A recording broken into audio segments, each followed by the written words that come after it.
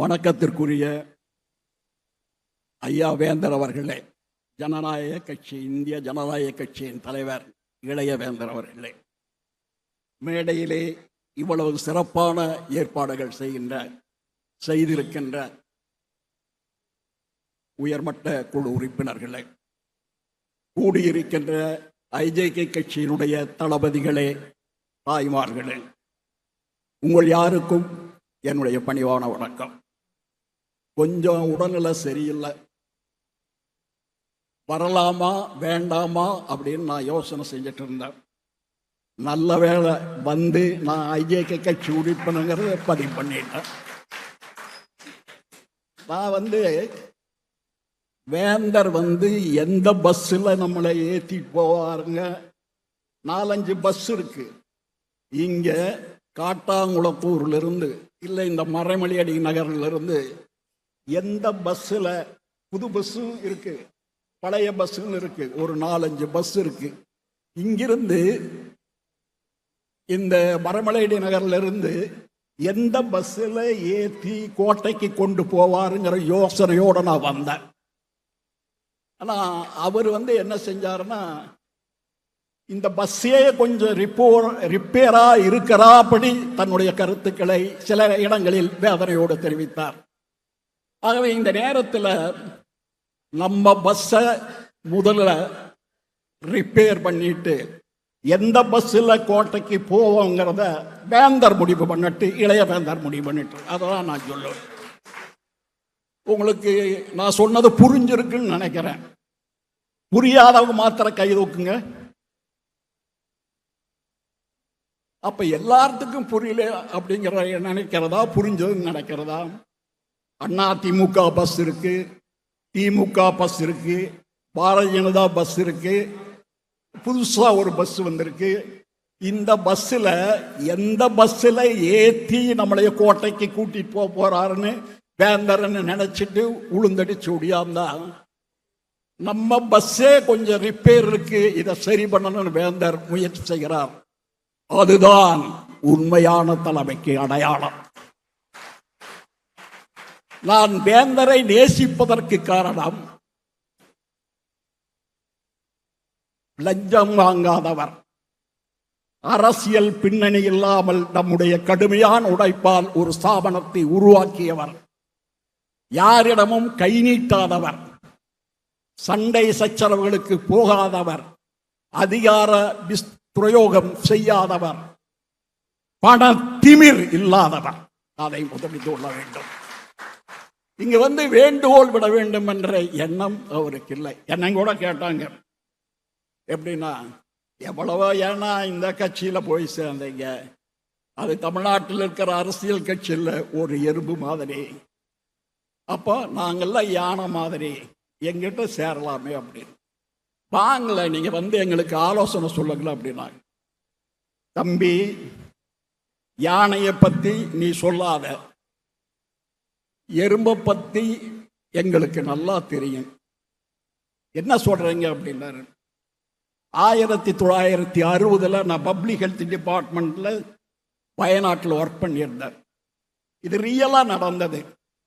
ஒரு யானை நின்றுட்டு தும்பிக்கையை போட்டு ஆட்டாட்டு நட்டுறது, மேலோடுது, கீழே வருது, தும்பிக்கையை போட்டு அடிக்குது.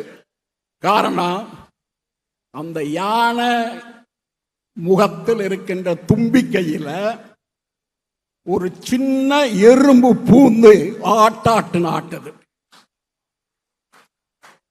ஒரு யானை மாதிரி இருக்கிற கட்சி, இந்த எறும்பு மாதிரி இருக்கிற கட்சி என்ன செய்யணும்னா, ஒரு தொகுதியில 100 ஓட்டு, 200 ஓட்டு, 300 ஓட்டு, 400 ஓட்டு, 20 ஓட்டுலையும் கூட ஜெயிச்சு சரித்திரம் இருக்கிறது. யானையின் தும்பிக்கையில் உள்ளே நுழைந்து தொந்தரவு செய்து போல ஐஜேகே என்ற எறும்பு செய்யும் என்ற உணர்வு காரணத்தில் தான் நான் இங்கே நின்று கொண்டிருக்கிறேன்.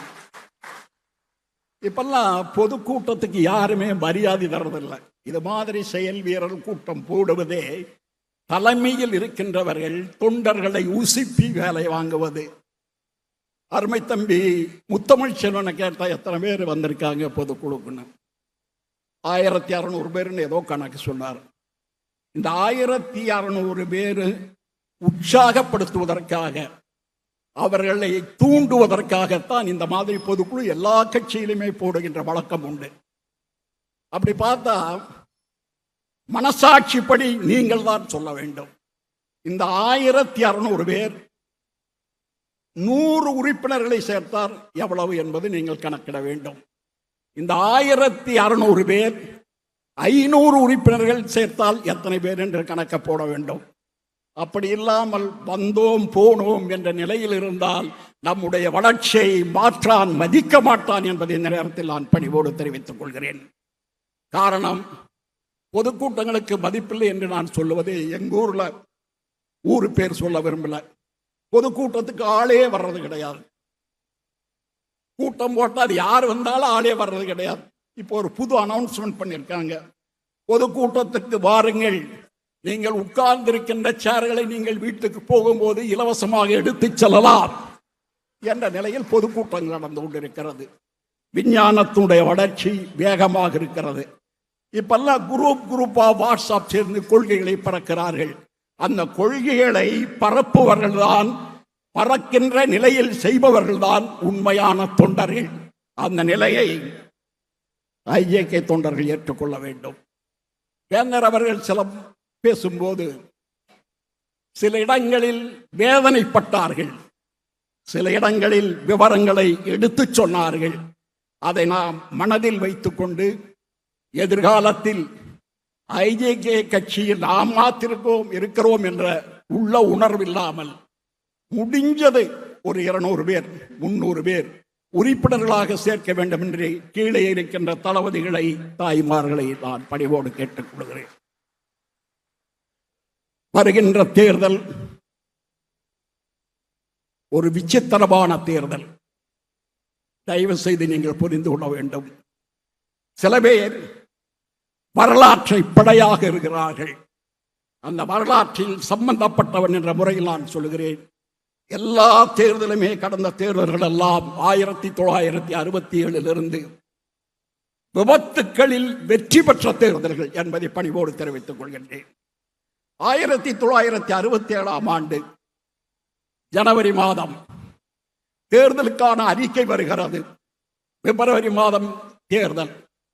அப்போது ஆட்சியில் இருந்தது காங்கிரஸ் கட்சி, எதிர்கட்சியாக இருந்தது திராவிட முன்னேற்ற கழகம்.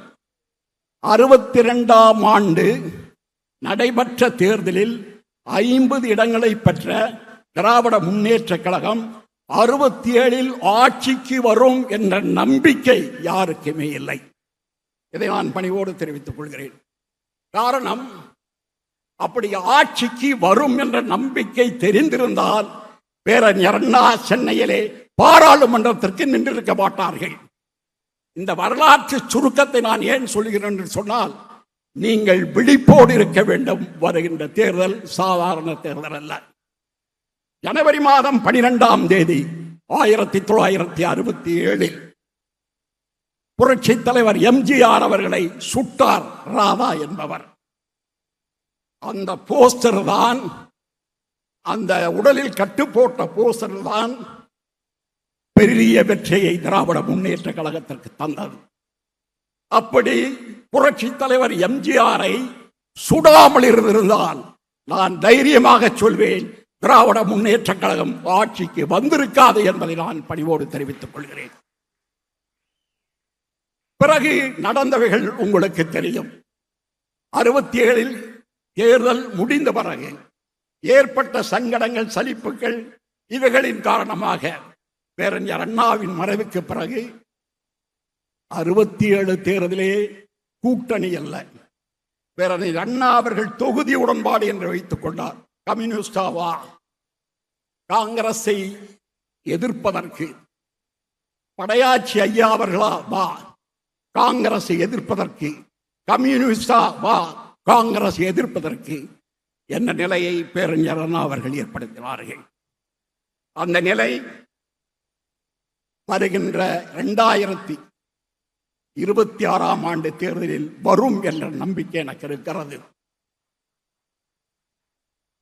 பிறகு ஆட்சிகள் மாறி மாறி வரும்போது 1991 இதே நிலை ஏற்பட்டது.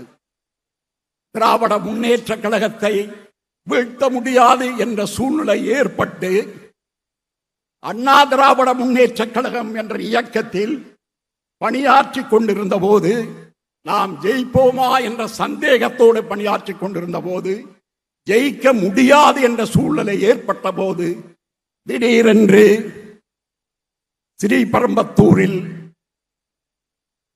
ராஜீவ் காந்தி அவர்களை கொன்றார்கள். அதனால் ஆட்சி மாற்றம் ஏற்பட்டது என்பதை பணிவோடு தெரிவித்துக் கொள்கிறேன். விபத்துக்களில் விபரீதங்கள் வந்தது. விபரீதங்களில் சிலர் சம்பாதிக்க ஆசைப்பட்டார்கள். சம்பாதித்தவர்கள் கோடீஸ்வரராக மாறினார்கள். கோடீஸ்வரமாக மாறினவர்கள் மக்களை கொள்ளையடிப்பதற்கு தங்கள் தயார்படுத்திக் கொண்டு குறுநில மன்னர்களாக மாறினார்கள். தமிழ்நாடு சீர்கெட்டு கிடக்கிறது. பரிவாய்ப்பல்ல, வாய்க்கு சாப்பாடே இல்லாமல் ஜனங்கள் தவிக்கிறார்கள். பெரு திட்டங்கள் தீட்டப்படுகிறது. அந்த திட்டங்கள் பயனடைகிறதா என்றால் பயனடையவில்லை. நான் இந்த கூட்டத்திற்கு வரும்போது பொதுச் செயலாளர் ஐயா ராஜன் அவர்கள் சில அறிவுரையை சொல்லியிருக்கிறார்கள். அந்த அறிவுரையின்படி இப்படி பேசுகிறேன். ஆதங்கத்தோடு நான் பேச ஆரம்பித்தால் நார் நாராக கிழித்தறிவேன் என்பதை நான் பணிவோடு தெரிவித்துக் கொள்கிறேன். காரணம், அவ்வளவு ஆதாரணங்கள், அவ்வளவு ஆக்கப்பூர்வமான அதிகார திமிர் இன்று இருந்து கொண்டிருக்கிறது. அவைகளையெல்லாம் அடக்க வேண்டும் என்று சொன்னால், ஆட்சியிலே அமர்வதற்கு உறுதுணையாக இருக்க வேண்டும் என்று சொன்னால், நீங்க நல்ல பஸ்ஸை தேர்ந்தெடுங்க. வேந்தர் கையில கொடுத்துருவோம். அந்த பஸ்ஸில் ஏறி ஒரு 4 பேர், 5 பேர், 10 பேர் அந்த பஸ்ஸில் பயணம் செய்யிட்டு கோட்டைக்கு போகட்டும், வெற்றி பெறட்டும். அந்த சூழ்நிலையை டாக்டர் பாரிவேந்தர் அவர்களும், என்னன்னா முடிச்சிட்டுன்னு கைதட்டுறீங்க, முடிக்கல, இளைய வேந்தர் அவர்களும் ஏற்படுத்திக் கொள்ள வேண்டும். இளைய வேந்தருக்கு நான் ஒன்று சொல்லுவது, வேந்தர் ஐயா அவர்களோ நானோ ஐஜேகே கட்சியில் வேர்கள், அதாவது இந்த ஐஜேகே கட்சி வேர்களாக இருந்து பரிணமிக்கக்கூடிய ஒரு சூழ்நிலையை உருவாக்கிறோம். அண்ணனைய ராஜனையா அவர்கள் வரவில்லை, உடல்நிலை சரியில்லாத காரணத்தால். வேர்களாக இருந்து உருவாக்கி கொடுத்தோம். வளர்ந்து நிற்கிறது, வண்ண வண்ண பூக்கள் மலர்ந்து நிற்கிறது.